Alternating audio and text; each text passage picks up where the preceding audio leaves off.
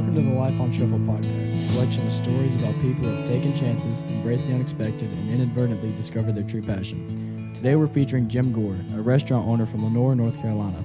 I'm your host, Harley Watts, and here with me we have Abby. Hey. Savanah. Hey. And Amelia. Hey. And Josh Cooper.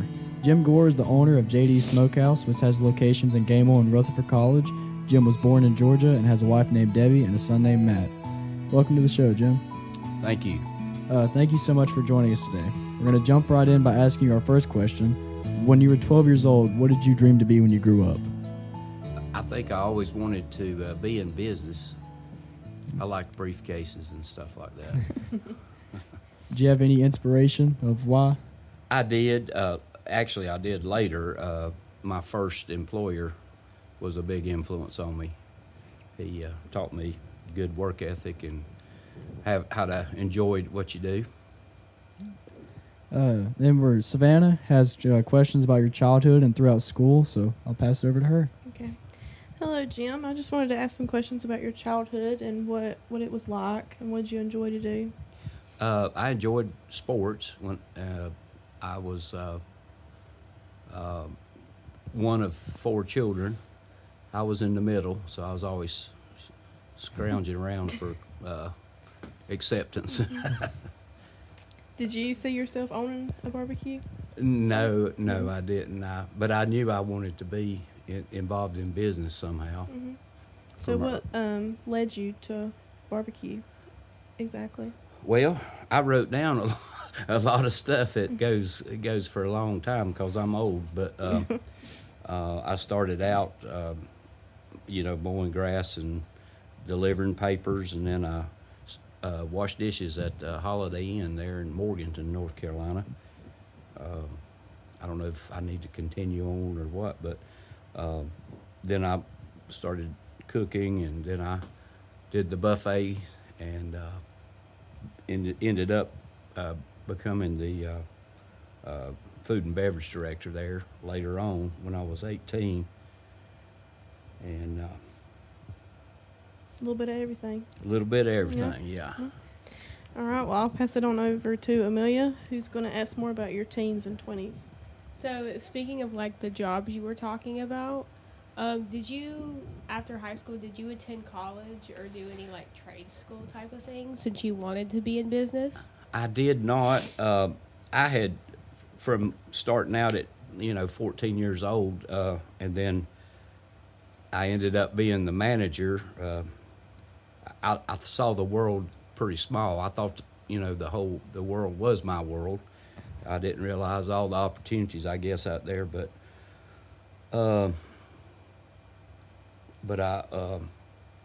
once I did that, then my boss and I bought a franchise for a Western Steer Steakhouse in Rock Hill, South Carolina. And I guess I was 20 at that point. So I did a lot of stuff before, I guess if I'd have went to college, my graduating class would have still been in, I guess, at that time.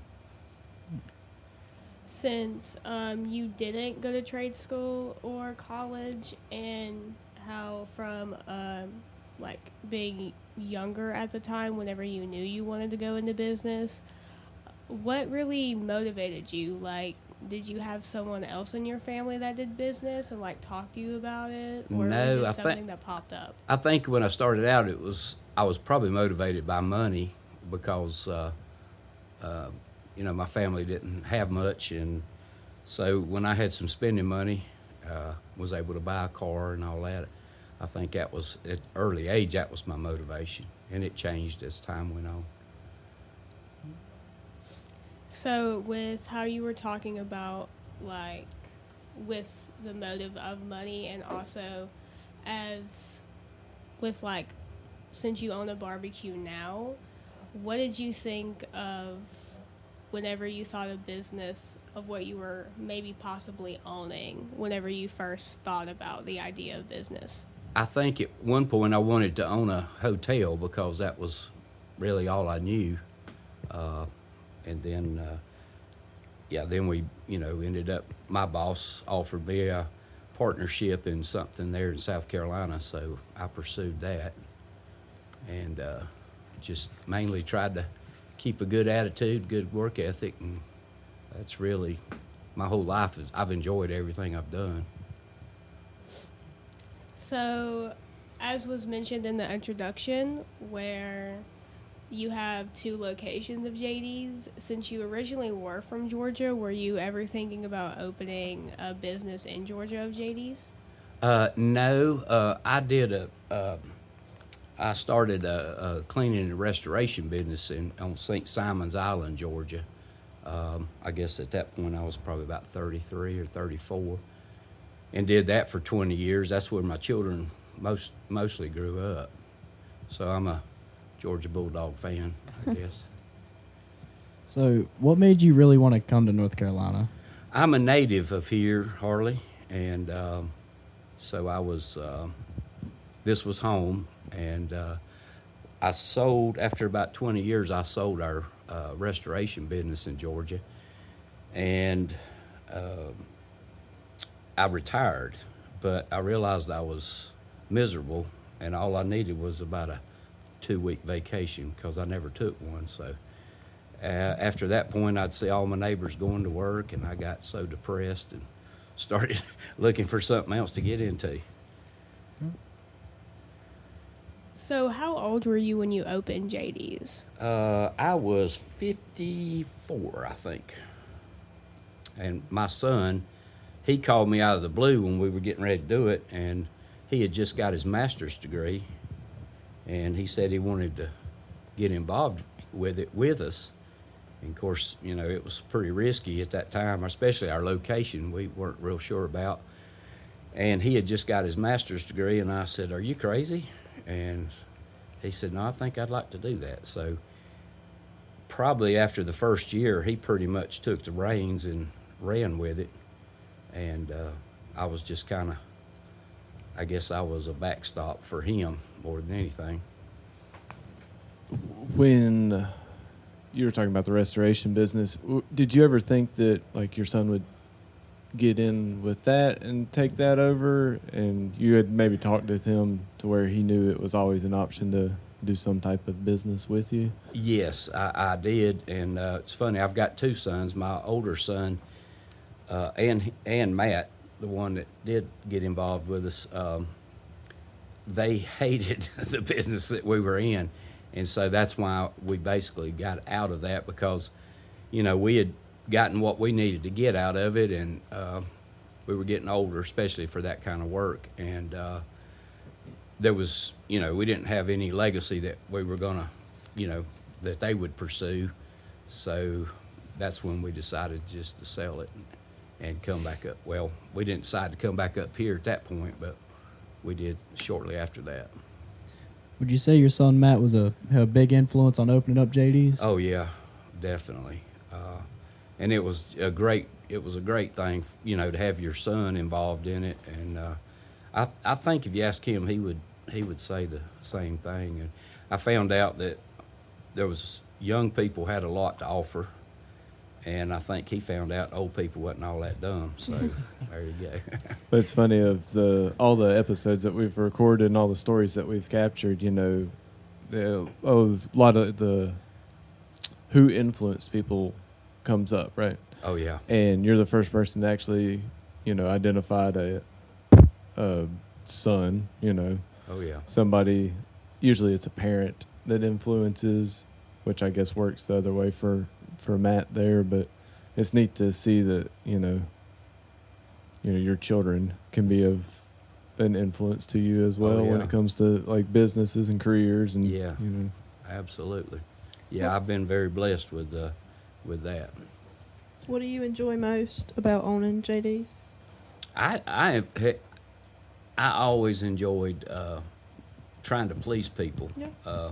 I think I've always been that way. And talking about influences, my first boss really had such an impact on me with the attitude, good work ethic, and that kind of just stuck with me, or at least, you know, that's what I strive to do. And I've always tell people, if you don't enjoy making people happy, or at least doing your best, you shouldn't be in the service business, because you can fake it, but not for long. That's Eventually, exactly you right. got to really care. What do you least enjoy about it?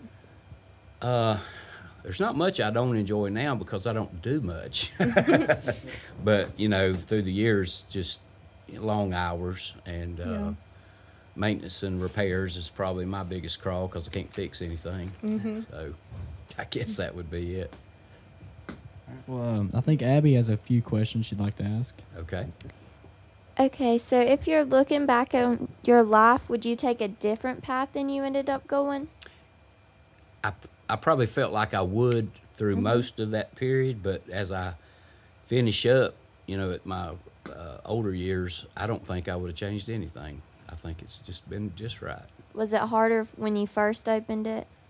Yes, it was. And I guess I failed to mention that Matt and I, my son, I thought we were going to kill each other the first year, and then we developed a good mutual respect for each other. And so, but that was good. That brought us closer together since both of us survived it. Does Matt still have a big part in the business Oh yeah. now? Well, he really he is the overseer of Yeah. the whole thing, and he sends us an email every day, tells us what he wants us to do. So, if you had the chance, would you ever open another JD's besides your 2 locations now? I would, for not for me, because I'm, I just do the math, and I'm gonna be probably, I don't know how much longer I'll feel like doing much of anything, but I would for either Matt or somebody that he's brought along to see that if he wants to grow, I would be behind him, and I wash his dishes for him and whatever I need to do to help it go. Yeah.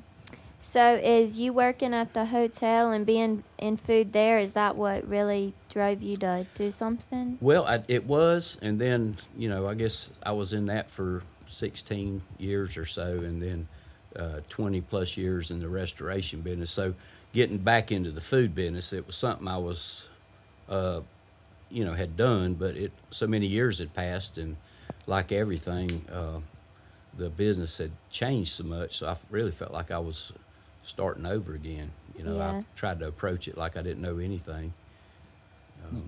When you previously mentioned a steakhouse, what made you kind of steer towards barbecue instead of opening like another steakhouse or any other kind of restaurant? Well, when I did barbecue, it was after I had retired, and I was looking for retirement gigs, really what I was looking for. So we thought we would open Thursday, Friday, and Saturday, and it'd be my wife and I and maybe 2 or 3 employees. And then we opened, and it was just crazy busy.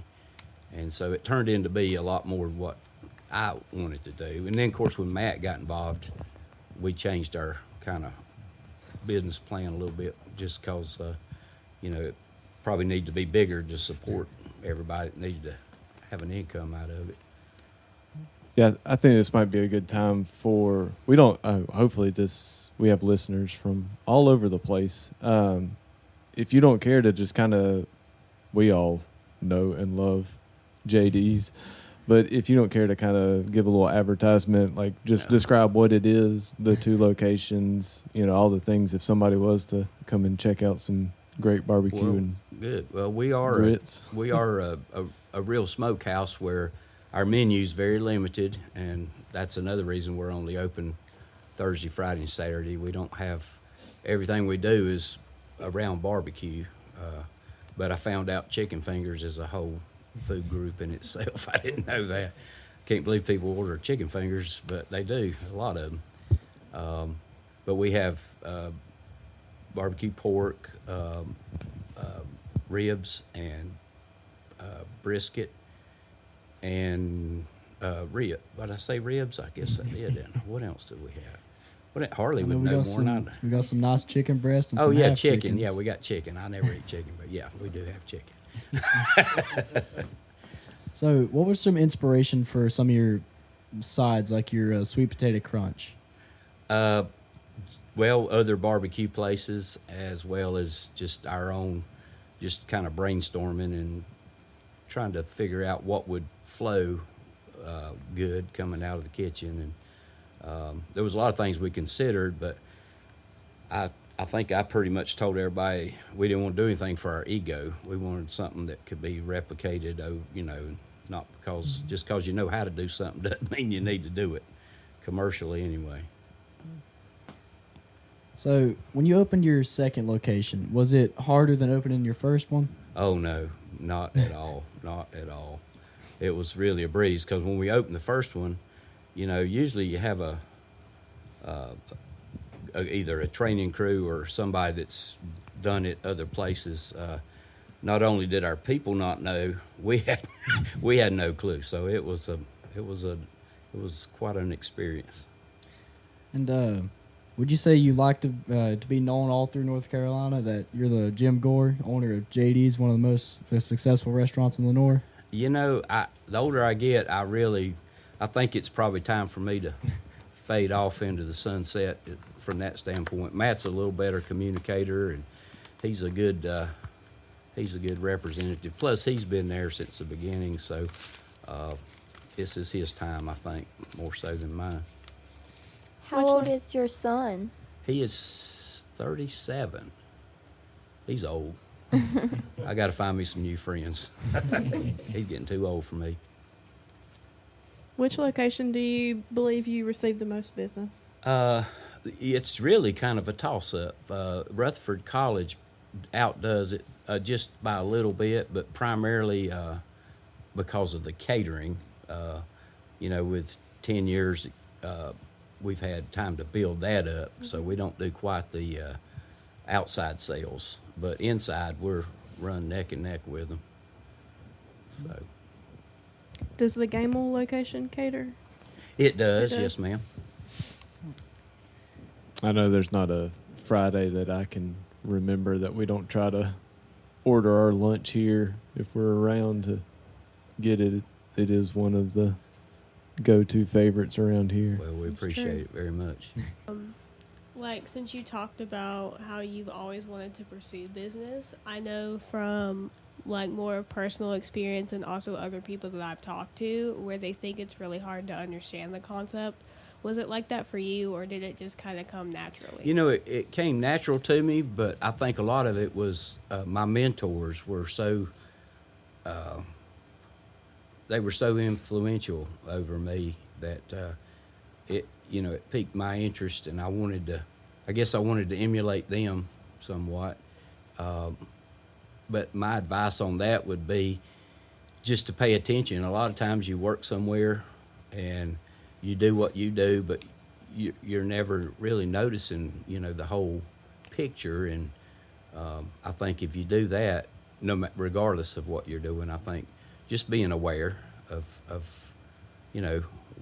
why was that business even put there? What, whether it's a plumber or electrician or anybody, there's a lot of skill sets there, and if you just pay attention, you may not have them all, but you need to, appreciate them and know that they're there. Well, does anybody have any last questions? So, if you had to give your best advice for young people trying to figure out what they want to do, or what they want their career to be, what would it be? I think one of the hardest things today versus when I was at that point in my life is I think there's so many choices. I think sometimes that is the problem. I was just poor trying to find my way, and now there's so many options out there. But just do whatever you do good at it. I mean, great attitude and that sort of thing, and pay attention to what's around you, and pursue something that you enjoy, and just keep going till you find it, I guess, would be mine. Just have a good attitude. I think that's the key I think attitude will beat attitude will beat smarts, I think, most of the time. At the end of the day, I think it will. Well, I think you mentioned something earlier about how you were talking about customer service, right? And just serving others. do you, if retrospectively, just looking back, do you think that just your personality and you're willing to make sure other people's experience is good is kind of what led you to, I mean, mainly service industries, but then creating an environment, with a restaurant that... Yes, sir, I do. And I think that if you can, build a culture that's reflects that, I think that makes so much difference too. Not that we achieve it every time, but that's our goal anyway. Was there any more or anything else you'd like to say to younger people or anybody else in the world that needs somewhere to start or to go with their life? Just